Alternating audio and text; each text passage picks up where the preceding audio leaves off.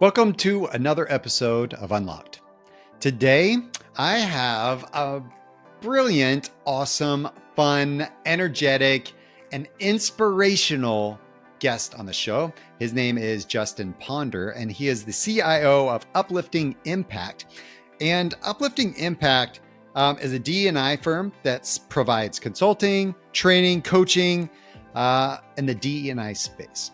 And Justin, he has been part of, various academic journals and books. He co-hosts a podcast talking to D&I individuals all over the world. When we talk on this show today, you're going to hear some things that may give you goosebumps.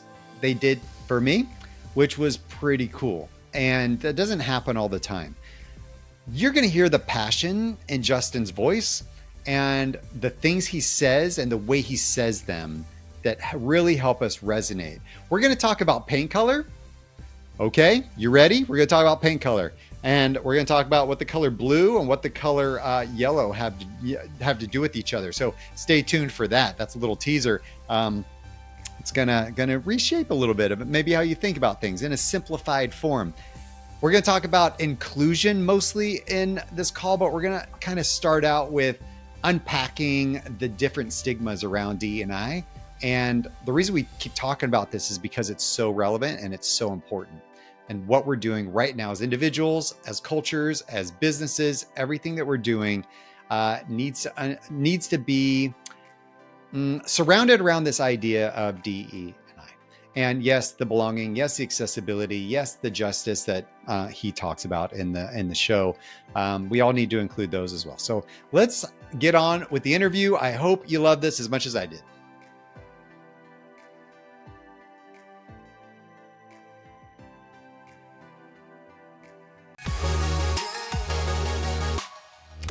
Justin, hey, what's up? Hi, Scott. How are you doing?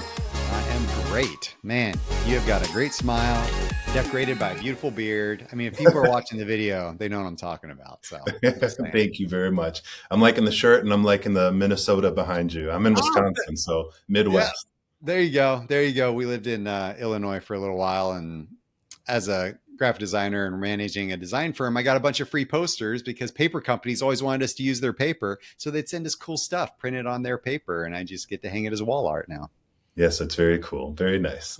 So let's, so I'm going to preface this conversation by saying I've had D&I people on the show, whether it was, working on gender disparities or whether it was sexual orientation and other types of content that racial stuff. We've covered some different things on the show, but I want to bring unique perspective to this because it continues to be something that we need to focus on. Yep.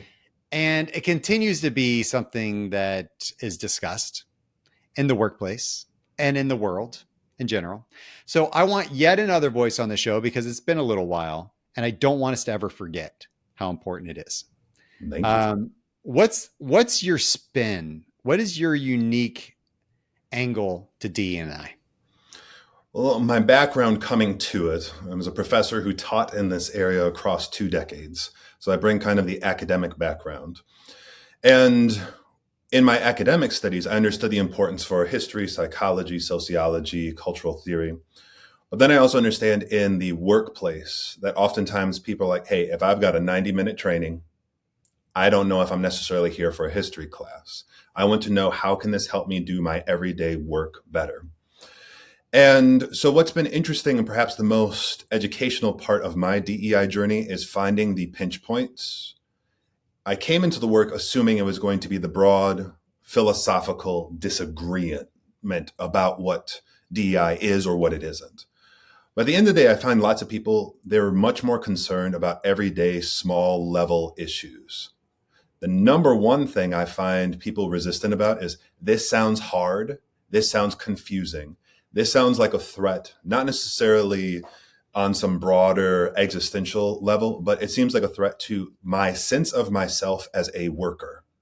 I feel competent in this area, competent as a leader. And all of a sudden now I feel like I'm getting a pop quiz on stuff related to whether it's sexual orientation, gender identity, nationality, religion, disability, family care status. I feel like I'm getting a pop quiz on this about stuff people have been studying for decades. So helping people understand how to create inclusive cultures and environments in the work that they already do through micro inclusions, through a few policy changes, through a few cultural practices that actually help them do their work better. What's a micro inclusion? Yes, thank you for asking. So lots of times when there's conversations about diversity, equity, inclusion, first of all, most people focus on the diversity side. And they focus on demographic diversity numbers, the quantitative numbers. How many people from which backgrounds do we have in these positions? But when we talk about inclusion, we're talking about what is the cultural environment? Study after study shows diversity is not enough. And when you bring in different ideas, different perspectives, different opinions, there's actually a whole long time of things grind to a halt. Whether it's when we're bringing in people from different ethnic backgrounds, different national backgrounds, different language backgrounds, or just plain old, my company acquired your company. And we have different company cultures. There is a moment of productivity that grinds to a halt because stubborn human psychology is resistant to difference. We're suspicious of it. We don't like it, even when it's good for us. It's like the Brussels sprouts of cognitive growth. It's good But for us. you can put cheese and like balsamic vinaigrette on a Brussels sprout, right? And to continue that metaphor, I guess we can say inclusion is the cheese, the salt, maybe the little dressing that makes the Brussels sprouts Okay.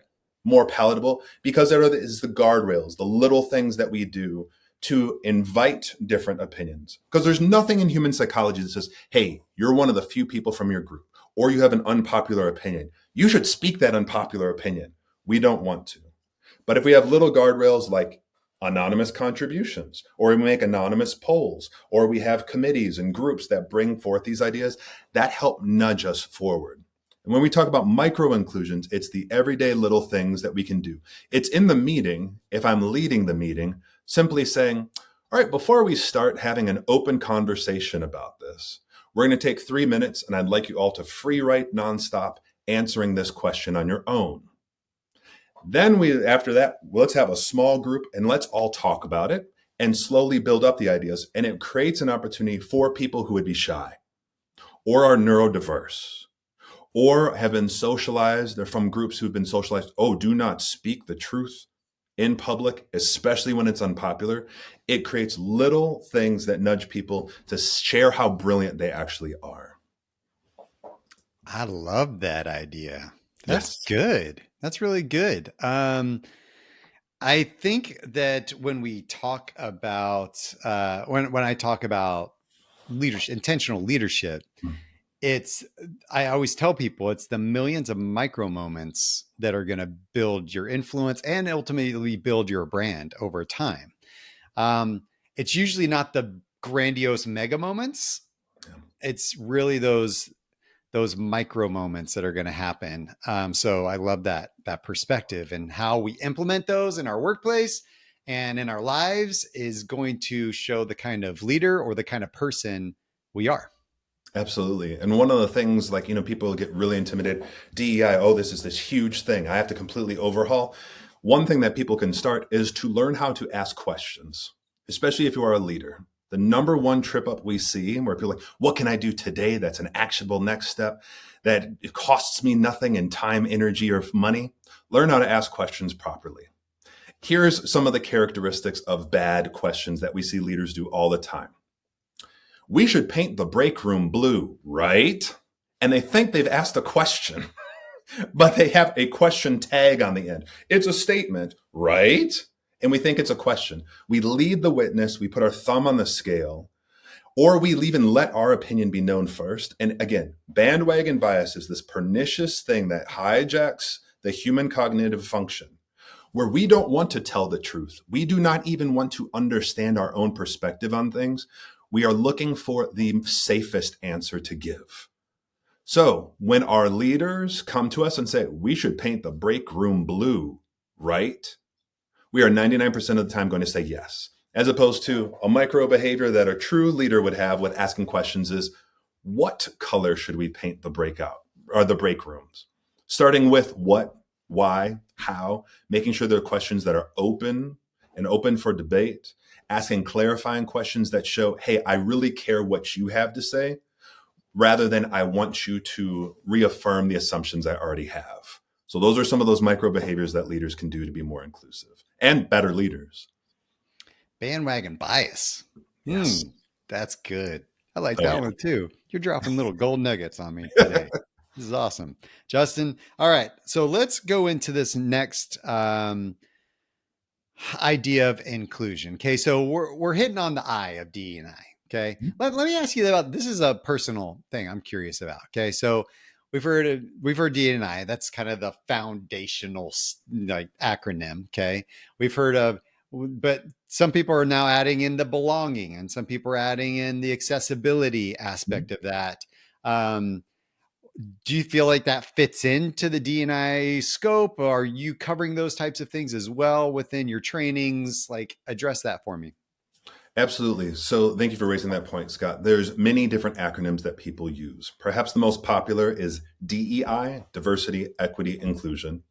Close second is probably D and I, diversity and inclusion. But you mentioned there's also belonging. There's also accessibility. We've worked with organizations who have J as justice on there. So it's depending on the particularity of the organization, which I think is awesome, important, and essential. That there is no one size fits all. Hey, right out the box, this is what we should do in all places at all times. It's no, what is particular to your organization given its strengths, its goals, and its mission. For some, that might be DEIRJ, diversity, equity, inclusion, and racial justice. For others, if I'm primarily working with or I want to engage more communities with people with disabilities, then maybe it's DEIA, diversity, equity, inclusion, and accessibility.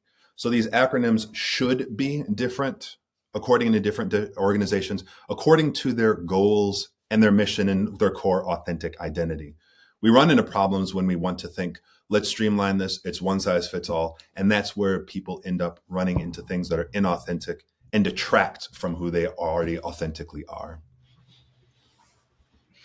Okay, so I love that. I love that perspective. Let's shed more light on being who we are and not trying to be what they say we need to be. And I think one of the kickbacks I hear when I am in spaces where people are like rolling their eyes, another DI training, right? It's like, Mhm. oh, we got to do this again. Like, oh, we got to go this again. I feel like I'm being bombarded with this language. I'm trying to, I have to tiptoe around things and I have to be careful about what I say. And I'm kind of going, well, yeah, like, isn't that just intentional personal leadership? Is yeah, we should have filters at times. And yeah, we should be sensitive and we should be mindful of who we're talking to and what we're saying at times.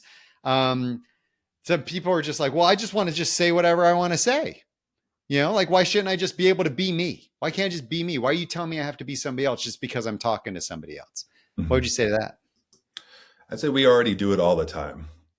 We talk differently to our children than we do to our worst enemy, than we do to our best friend, than we do to our boss, than we do to our partner.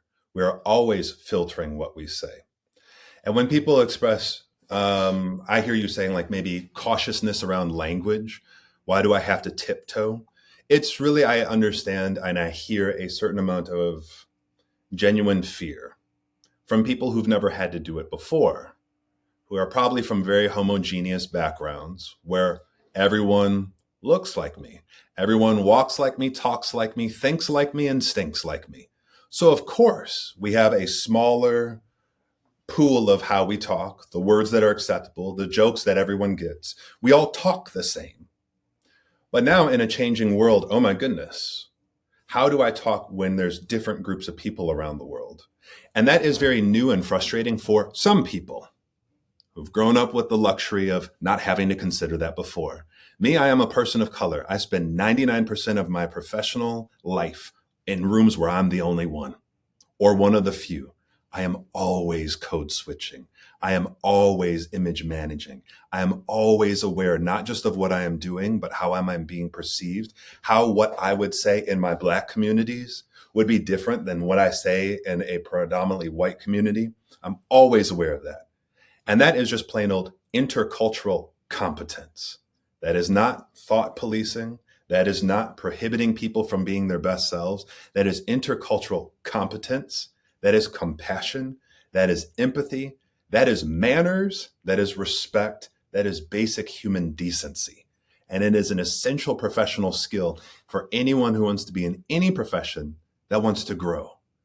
And the rise of globalization, the rise of difference, the rise of a workforce that in the next 3 to 5 years is going to be skip from being a majority baby boomers, skipping Generation X. So if you're in Generation X, you're never going to have your time in the sun. It's going to skip from majority boomers. I know, I'm with you. I'm like, wait, where? And it's going to be majority millennials in 3 to 5 years who have a completely different set of values, completely different set of looking at the world and what work is supposed to be. So there is going to be a greater priority on empathy, understanding for any leader to be a competent leader in any organization that wants to grow. Amen, Justin. Amen. We were traveling, so I'm in Atlanta. I grew up east of Atlanta in suburbs. I went to a 98% white high school. There was one table at lunch that was like the Black kids where they would hang out and talk. And there was a few of the white kids in there too that would it was just like, but that was the table, Yeah. And so, and we didn't think anything of it. It was just what it was. And some of us, we had the Black, but there was always just the one Black kid maybe in your class. And so I just grew up around that atmosphere. Now it's flipped. My neighborhood's kind of flipped in that way, and as middle income and some things are happening in those communities, which is really great to see. One thing that I did this past weekend, and I'm getting to this because I never really could sympathize with those individuals, right? Or empathize, I guess, was what I'd say. Empathize with individuals like that. So what I did is when I was downtown, we went to a Chick-fil-A, and I looked around. Every employee was Black. There was 2 other white patrons in that restaurant, and everybody else was Black. And then there was me too. And I was like, I'm going to just look around for a second and put myself in this space and think some people go through their whole lives like this. Yeah. And I was going, like, I didn't feel super out of place. Nobody was staring at me, or treating me differently in that environment. But in that environment where I am one of the only ones, and where I could, what if they were treating me differently, or what if they were looking at me differently, or different, right? Like I was just putting myself in that space. And I think that was such an interesting experience for me, to just go through that. And I don't know. I know I truly can't empathize again with somebody that grows up in that environment, but I don't know. But it is an important exercise. And that'd be maybe another call to action for folks, in addition to learn how to ask questions properly, ones that really inspire people to share their brilliance. I would say practice being the only one more often. Practice finding yourselves in situations where you are decentered. I think there's a certain amount of cognitive rot that happens when we get comfortable being surrounded by people who are just like us and being in places where our perspective, our group identity is the center, as opposed to stepping outside of those zones and decentering and empathizing as much as we can. Now, I gave the example of being most often one of the only or one of the few people of color. However, there is a certain amount of difference that comes with that because it can be seen. And I think about how much more difficult it would be if I were gay and in the closet, or people didn't know, or trans, or if I had a disability and people didn't know, that I'm always in these situations where I am one of the few or the only, and people don't know it. So I think the core thing here, regardless of, going back to your hypothetical of the person who says, another one of these, I have to always watch what I have to say. Why can't I just be me? because at the core of who we are we are greater than what we currently are always. We are never just Justin and who he is on the day we are recording this at the time. No, I have a contract with my future self to be better than what I am right now. No, you can't just say whatever you are just thinking. You owe it to yourself to think higher, to think more, to think better than what you're currently thinking, and to say even better than what you are thinking, to grow and to expand.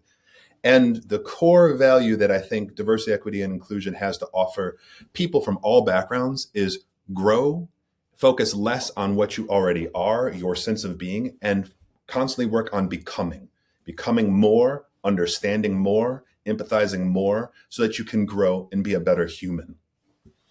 Oh man. Okay. I get One more. passionate about this. What? Really? Yes. Are A you little really? Okay. I couldn't tell. So I'm going to throw in one more audience that has become more apparent to me over the past year is family members of those that are different than Mhm. everybody else in the room. Family members that have a child with a disability or a parent or a relative, or there's a multiracial couple, right? And the spouse isn't in there. And like, there's all types of things now where it's almost, I'm talking to not the direct person, but So I'm like the talking to the allies. person that is related to Hmm. the individual that is experiencing that. And I know that just puts like another layer up where like, oh man, now I got to be intentional with everybody I talk to, even enough for me, like even another middle-aged white male, I have to be, it's like, yeah, I do. And like you said, it's just decency. It's just human respect. It's just like, why would I say anything differently anyway? Yeah. In that And environment. I sympathize because my career as a professor was having people. I was the first person. First of all, I was often the first person of color they had ever been in the room with. We would have polls, we would have like intake surveys, and it was like 87% of the students had never been in a room with a person of color before. And when it was how many of you have had a teacher or an authority figure or professor who was a person of color, it was like 2%. And I think those 2% were stretching the truth. And then when it came to how many of you have ever had conversations about social identity, about race, gender, sexual orientation, sex, disability, nationality, religion, age, family care status, military veteran status, any of these things, there's almost none. So I was very sympathetic with people where you're having this conversation for the first time. And if you think about normal human cognitive development, 2-year-olds, we call it the terrible twos because they throw lots of tantrums. And it's not because there's something wrong with them or they are the worst kinds of human being. They are at that weird age where they have the most amount of desire compounded with the least amount of vocabulary for it. So when they throw tantrums, it's literally, I don't have the words to express what I am feeling. And what I experienced, again, talking to a whole lot of 17 to 25-year-old undergrads in my class, or now talking to a whole lot of 25 to 65-year-old professionals who express anxiety, outrage, fear, nervousness about this, I see the same patterns of a grown-up tantrum. And I mean it in the least judgmental sense, not like, oh, you're a child, but it's, I am freaking out because I have feelings and thoughts, but I don't have the vocabulary for it. And the same way we wouldn't be mad at a 2-year-old for throwing a tantrum because they do not know how to say, the lights in this room are too bright and they are hurting my eyes. I think I work hard to give a certain amount of patience and grace to people who are 55 years old throwing a tantrum, because it is this whole race, all these things of social identity are very important in the United States. They're central to who we are. They're central to who we want to be. If we want to be a diverse country, a diverse society, and we strive to be, you're going to have some diversity. You're going to have a whole lot of issues. You're going to have a whole lot of difficult historical past to confront.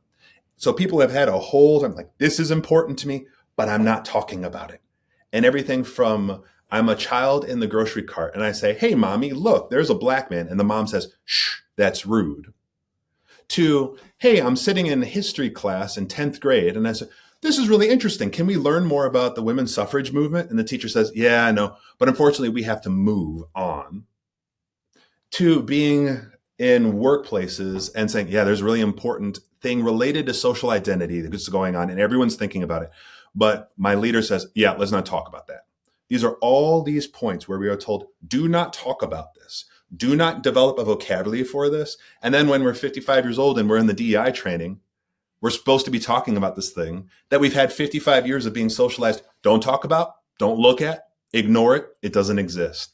Of course, you're going to have people throwing clumsy tantrums because they have strong emotions, thoughts, and feelings that they don't have words for yet. Words create culture, right? Yes. Language creates culture. And if we can develop healthy language and healthy communication patterns, we will develop healthier cultures. And that is powerful. So let's talk about application a bit. Let's because I believe information is great. We all want transformation, but without application, there is no transformation. Mm-hmm. So let's talk about how individuals, let's start with individuals and then move to organizations. How do individuals create more inclusive cultures? How much time do we have left? Well, days. Yeah. Days. Well, I'll give maybe the top three. When we look at organization after organization, there's maybe top three things that create an inclusive culture. These translate to both the organizational and the individual. So number three we'll start with is actually surprisingly meeting culture. And we work with organizations, they say, okay, we're going to give you an operational deep dive. We're going to let you look at our pay. We're going to let you look at our statements. We're going to let you look at these big things. We're like, oh, but also give us insight into your meeting culture. Let us see your agenda items. Let us sit in some of your meetings. People, well, why those? Because that is the ritual. That is where the organization practices its culture and its values. So I would say pay attention to meetings, pay attention to how meetings are structured, circulate agenda items ahead of time so people can process information and be on an equal playing field. Structure meetings so people can share thoughts and share the space. So your meetings are not like the Coliseum, where the gladiator that speaks the first, the loudest, the longest wins, even if they have the worst ideas. So, and even at the individual level, if you're never in charge of the meetings or the agendas, find and practice little micro scripts for elevating the ignored voices in the room. So, hey, Patricia, I know we talked about this earlier and you had some really great ideas. Would you mind sharing with the group? Or Patricia gets interrupted by Bob. Thanks, Bob. Patricia, I know you were going to say something. Can you share? So little scripts in the meeting that help elevate people. So meetings. Number two is at the level of performance management, performance review, performance evaluation. So if you are in charge on a formal level, have them more frequently, have them have inter-rater reliability, either with panels, rotating reviewers, or independent review and anonymization. If you're like, Justin, I'm nowhere near that. Cool. Take your organization's performance review template, its rubric, whatever, go to a peer and say, hey, let's peer review each other. You fill out this sheet for me, I'll fill out this sheet for you. We'll gain some insight, we'll get better, we'll look at some stuff, and it provides a certain amount of inter-rater reliability. Because if my boss or my direct reviewer does not fully appreciate the nuances and complexities of the work that I'm doing, or if I suspect, their biases are keeping them from giving a fair evaluation of me, now I have more voices. So performance review or even peer review. And the number one is mentorship. Study after study shows that the most transformative thing in diversity, equity, inclusion is not all the other stuff we normally pay attention to. It's actually mentorship. To avoid backlash, to avoid the feelings of quote unquote reverse discrimination, of unfair advantage given to underrepresented groups. The thing that transforms organizations is mentorships across groups. Because people in leadership provide the political, cultural, professional upskilling to their mentees. But mentees also reverse mentor and give leaders a completely new insight into what the organization is doing and what it's like. So again, if you're like, I'm an individual, Justin, I have no pull in my organization, I never have the formal leadership to be a mentor, you can peer mentor. Study after study shows that the best mentorship programs are multi-pronged. It has one, maybe like a long-term character mentor that kind of tracks and helps people guide them through their long career mapping. Another that is maybe more short-term that focuses on a particular skill for a finite amount of time, but also a peer mentor, someone that I can provide emotional support with and get emotional support from. So do not underestimate the power of peer mentoring as well. That is brilliant because I also believe the same thing. That's why it's brilliant. Not just Great minds think alike. that's right. That's right. No, I do a keynote. I'm going to spoil one of my Yeah. keynote presentations a bit here, where I talk about multi-generational workforce, and I show a really old black and white picture, more of an illustration slash photograph of like old guy that looks like um, the dude from Peter Pan, and then like the young boy, and he's a cobbler and master cobbler, and he's kind of leaning over and the kid's shoulder, and the kid's kind of doing something with an old shoe, like a hammer and a nail, and kind of there's a typical master apprentice type Mm-hmm. relationship going on there. And I ask people what they see, and they tell me. And then I say, but what if the role was reversed? What if the boy is actually the master mentoring the older man in Mm-hmm. this scenario? Or I even say, I go one step further and I say, what if the master isn't even in the room? He just said, hey, you two, I need you to come up with a new way to make shoes because this old way isn't working. I need both your perspectives. Mm-hmm. Young kid, I need you to bring something up. Like an old man, I need you to bring something up too. Like, what is the thing that we can do together to bring brilliance up and to innovate together? Absolutely. Because you're right. No more is the mentorship like, you've been here for 48 years and you've been here for 2 days. This is now your mentor, and that's the only way it's going to be. Um, the way that cultures are working now, the way the millennials are communicating, Gen Z is starting to communicate this way, and the sense that they have more of a voice and they want to be able to share that voice and shape the way things are working in our workplaces. And I love the way So that you I mentioned love that. that Like, it's like, perspective. how are we, the world is changing, things are moving quickly. How are you going to thrive if you don't change with it? And how are you going to come up with new ideas if you keep doing the same old things? And what's great about the kind of mentor, reverse mentor, or diversity or inclusive cultures is that we create new things that have never been created before. If I bring blue and you bring, and I have a whole team of nothing but blue, we're going to have issues in a world that wants new colors. Now, if I have blue and you bring yellow, cool. Now we have two colors. We have blue thinking and we have yellow thinking. Fantastic. But what happens in those mentorships or an inclusive culture is I bring my blue, you bring your yellow, but we're able to combine and create green we could never make on our own without each other. So this diversity isn't just giving people from underrepresented groups a shot. It isn't about just simply, I bring my idea and it coexists along yours. It's about creating and combining and making new ideas that will not exist if we do not have these points of friction, collision, and combination that build new things. That's what makes humans fantastic. That's our greatest capability. It's also what we kind of are most scared of, because if I'm living in a world of blue, it's really comfortable to stay there, and yellow seems really scary. And then if we come together and create something green that neither one of us have ever seen before, we're really going to lose our stuff. But that's actually how we evolve and get better. Yellow and blue make green, Justin. Yes. Your new t-shirt. That's your new t-shirt. It's like, oh, that's yellow and blue make green. Yes. And if they're just sitting next to each other, they don't make green. Mm-hmm. Hey, we're at the same table, everybody. Like, we're doing this thing. It's like, Yeah. no, no, no, no, no, no. Let's mix it up. We're Yeah. gonna mix it. Yeah. And so that we can make that thing. Absolutely. That is awesome. Yeah. That made my day. I love And it. that's what's I love exciting about the work that I do. And I wish that people listening and the people that they know, people who are listening and the people you all know, is that maybe the message to take and share is that this work can be intimidating. And I wish this work wasn't as misrepresented as it often is.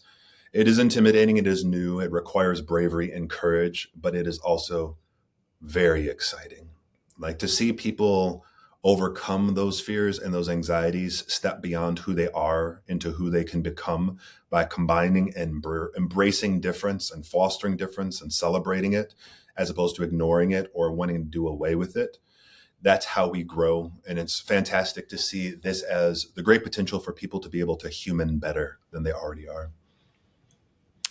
Let's all be better humans. Yes. Justin, if people want to knock down your door, where do they go?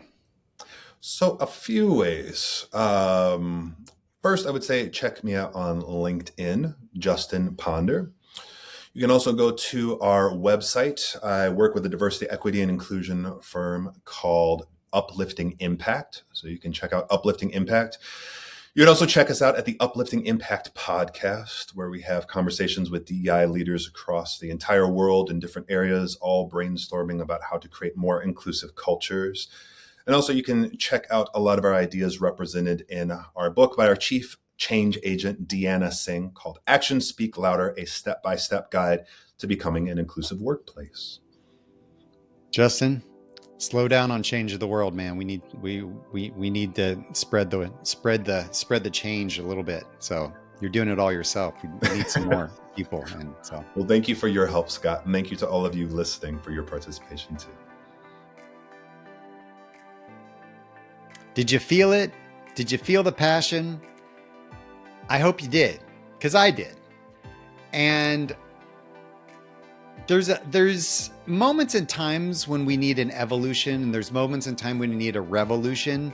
And I think it's the balance of those two that are going to make this more effective as a whole, the DE&I movement, right? Whether there are some evolutions that need to happen, but there are also some revolutions that need to happen.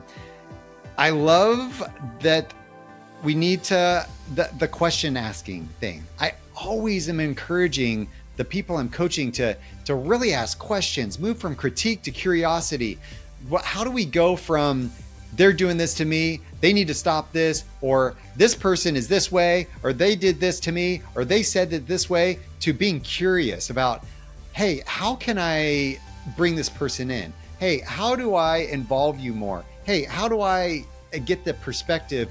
And it's being open to that, being vulnerable, being humble enough to ask for that and recognize that we're not all the same. When we all talk the same, in the same space, to the same people, in the same way, we are just all thinking the same. And when that happens, we die as a culture. We've got to keep moving forward in a cautious way to bring a lot of people along, but also in a way that is inclusive of other thinking.